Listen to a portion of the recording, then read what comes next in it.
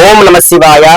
భక్తులారా, పవిత్రమైన కార్తీక మాసం నెల మొత్తంలో కూడా ఒక విశేషమైన కథ ఒకటి ప్రాచుర్యంలో ఉందండి. అదే పోలీస్ వర్గం కథ. మార్గశిర శుద్ధ పాడ్యమి నాడు ఈ యొక్క పోలీస్ వర్గం చేసుకుంటాం. ఉదయాన్నే లేచి అందరూ కూడా శివాలయంలో కానీ నదుల్లో చెరువుల్లో దీపాలు వదులుతుంటారండి. ఇది చాలా విశేషమైంది. అప్పుడు ఒక కథ ప్రాచుర్యంలో ఉంది, చెప్పే ప్రయత్నం చేస్తాను, శ్రద్ధగా వినండి. కృష్ణానది తీరాన బాదరా అనే గ్రామంలో పోతుడు అనే ఒక రజ్జుగురు ఉన్నట్ట, అంటే చాకలతోడు. చాలా గొప్పవాడు, చాలా ధర్మాత్ముడు. అతని భార్య చాలా గయ్యాలికంప. వారికి మొత్తం 5 సంతానం. 4 కొడుకులు కూడా గొప్పింటి పిల్లల్ని తెచ్చి చక్కగా వివాహం చేసుకున్నారట. కానీ ఈ చివరి కోడలు ఈవిడి పేరే పోలమ్మ. చాలా కటికి బీదరికల నుంచి వచ్చిందట. అందుకని అత్తగారికి మిగతా తోడి కోడలకి ఇవన్నీ చులకన. అందుకని ఏం చేసేవాళ్ళు, కార్తీక మాసం రాగానే ఆడంబరంగా వీళ్ళందరూ చేరులు నగలు ముస్తాబు అయ్యి అందరూ చూసేట్టుగా నదీ స్నానానికి వెళ్ళేవాళ్ళట, శివాలయంకి వెళ్ళట, దీపాలు పెట్టి ఆడంబరంగా దరదరమాలు చేసి చాలా గర్వంగా ఉండేవాళ్ళట. ఈ చిన్నమ్మాయి పోలమ్మను మాత్రం అస్సలు కలుపుకునేవాళ్ళు కాదట.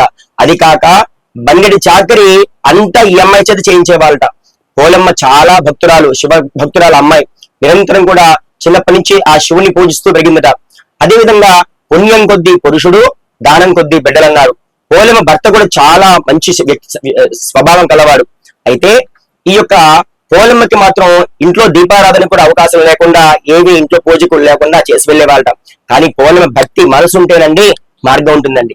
పోలమ్మ చూడండి, ఆ ఇంట్లో పవిడి చెట్టు ఉంటే పత్తి చెట్టులో ఉన్న కొంచెం దూది తీసేదట అత్తగారికి తెలియకుండా. అదే విధంగా మజ్జిగ చిలకగా వచ్చిన కవ్వంలో ఉండే వెన్న ఉంటుందే, ఆ వెన్నని అందులో తడిపి చక్కగా కొద్దిగా బియ్య పిండితో దీపం చేసి ఆ దీపంలో కార్తీక దామోదరాయ నమః ఓం నమ శివాయని చక్కగా దీపం పెట్టేదట. పెట్టేసి తెల్లవారుజామునే మళ్ళీ అత్తగారు చూస్తే ఏమంటుందని గంప బోర్లిచ్చేదట. ఇలా 30 రోజుల పాటు చాలా సూక్ష్మంగా పూజ చేసిందండి అమ్మాయి. ఏ గుడికి వెళ్ళలేదు, ఏ నదికి వెళ్ళలేదు. అయితే 30 రోజులు పూర్తయ్యాక మరి పోలి పాడ్యం వస్తుంది. పాడ్యం రోజున దేవలోకంలో నుంచి పుష్పక విమానం వచ్చింది. దేవతలు వచ్చారంటే ఈ యొక్క పోలిమని తీసుకెళ్ళడానికి. అప్పుడు ఈ అత్తగారులు ఈ మిగతా కొడందరూ వచ్చి మేము చేసిన పూజలకి భగవంతుడు మెచ్చుకొని మా కోసం స్వయంగా పుష్ప విమానం పంపించారని చెప్పి రథంలోకి ఎక్కబోతుంటే దేవతలు ఆగండమ్మా, మీకు కాదమ్మా ఈ రథం పోలమ్మకి అన్నట్ట. అప్పుడు వాళ్ళు ఆశ్చర్యంతో అన్నట్ట, పోలమ్మ ఆమెం పూజ చేసింది? ఆమె ఏం పూజ లేదే, ఇంట్లో చాకరీ చేస్తే ఇంట్లో ఉంది.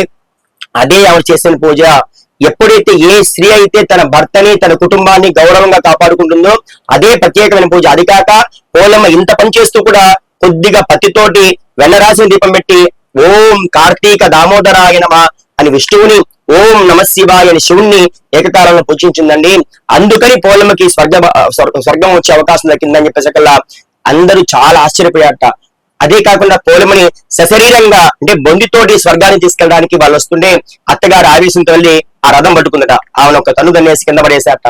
ఈ కథలో నీతి ఏమిటంటే, మనం భగవంతుని చేసే పూజలో కేవలం భక్తి మాత్రమే ప్రాధాన్యంగా ఉండాలని చాలా చక్కగా చెప్పారు. వాళ్ళు చెప్పారు, వచ్చే సంవత్సరాన్ని శ్రద్ధగా చేయండి, మీకు అవకాశం ఉంటున్నారు.